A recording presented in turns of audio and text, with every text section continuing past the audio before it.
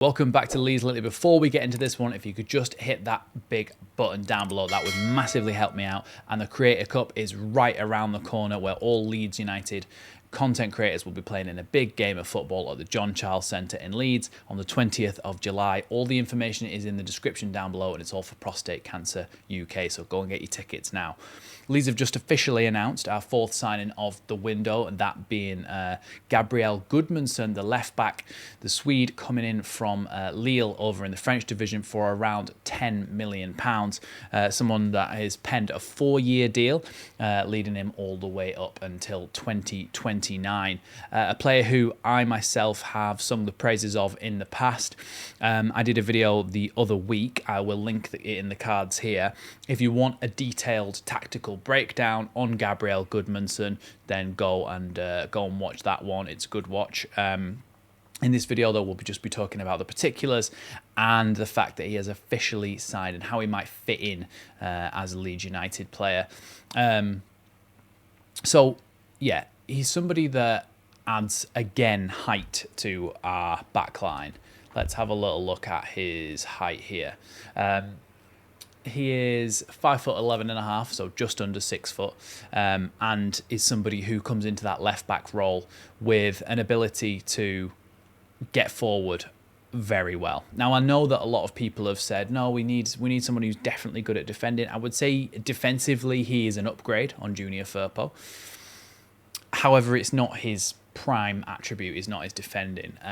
That's his ability to get forward, essentially, to be able to carry the ball, to be able to take it past people, to be able to play the ball forward as well, and to be able to take people on and actually get forward all the way into the penalty area and score some goals as well. So Gabriel Gudmundsson is definitely an attacking option. Now, I've seen a lot of people kind of ask for this really defensive fullback, that we need someone who can really defend. It's not really the way that Daniel Farke is going to play, but what I will say is that look at, for example, Trent Alexander-Arnold. Criticised a lot for the fact that he can't really defend, but he's gone and got himself a transfer to Real Madrid, and he played in a Liverpool side where he didn't have to do a massive amount of defending. Obviously, Leeds are in a different position because we've just been promoted, but the way that Leeds play will mean that our 2 sixes, the 2 holding midfielders, if you will, in this team, will allow the fullbacks to be those high, wide, essentially extra wingers. So we kind of need to shift around in our heads the way that we think about this, because Gabriel Gudmundsson is essentially an extra attacking player, and whoever's playing in those midfield roles, whether that be Tanaka and Ampadu or Stack, if we're able to sign him, Longstaff as well, looks like he's going to be coming in the door, they will essentially, with the 2 holding midfielders and the 2 centre-backs, at times that will be your defensive unit, that will be your back 4, that will be your rest defence. So when we sign fullbacks, they're very much to be an attacking option rather than a defensive option. So yes, he should be able to defend as well, and he can defend to a competent level. It's not his best attribute, though. He's best at going forward. Again, I did explain a lot more in detail the way that this might work and the way that he will actually fit into a Leeds United system as well. So Gabriel Gudmundsson signing for that price, 10 million, is a really, really good price for Leeds. When you get him compared to players like Joachim Mæhle, Kyle Walker-Peters, Diogo Dalot, Manuel Lazari, you're getting compared to some very decent attacking fullbacks there. And Gabriel Gudmundsson is going to come in and, again, add a little bit more height to our backline, but also be the type of player who gets forward, gets on the end of things, and gets goals as well. I don't know what his wages will be quite yet, but at Lille he was only on about €7,000 a week according to FB Ref, so not a massive wage at all. But Leeds will probably have to up that as it's coming into a Premier League transfer, but certainly will be somebody who doesn't massively build up the wage bill, and also coming in for only £10 million. A lot of Lille fans are sad to see him go. That's another thing to note. It's always good when you see that the club wishes them well and says, like, thank you for your service, and then the fans are all saying, like, oh, wish we could have kept him, we should have got more money for him, he's worth more than that, etc., etc. So that's one thing to know. It's not a situation where they're like, oh, we hate this guy, he's terrible, like, good riddance. They all hate to see him go, and I can see why. He's definitely a player who's going to help Leeds in that left-back position. In terms of Premier League standard footballer, he's a bit of an upgrade on Firpo. I am still a little bit worried about who's going to act as backup to him, because Schmidt is there, but we haven't seen too much of Schmidt being proven. And then our backup right back at the moment essentially is Sam Byram. So a little bit worried on that front. But Gabriel Gudmundsson, I'm very excited about coming into the club.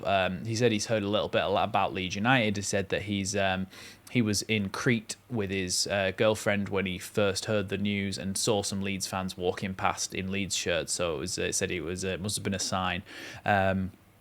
But certainly somebody who's going to improve Leeds defensively, and somebody who's going to come in and be a massive impact to our forward play as well. I think the ability for him to get forward and have Bogle on the other side getting forward as well, whilst being able to take people on and having a high pass completion rate, he's going to be a really, really good asset for Leeds. I think I'm going to do a video at some point this week on a little bit of a tactical video on the kind of the way that this is all going to work. So leave a like if you want to see that on the channel as well.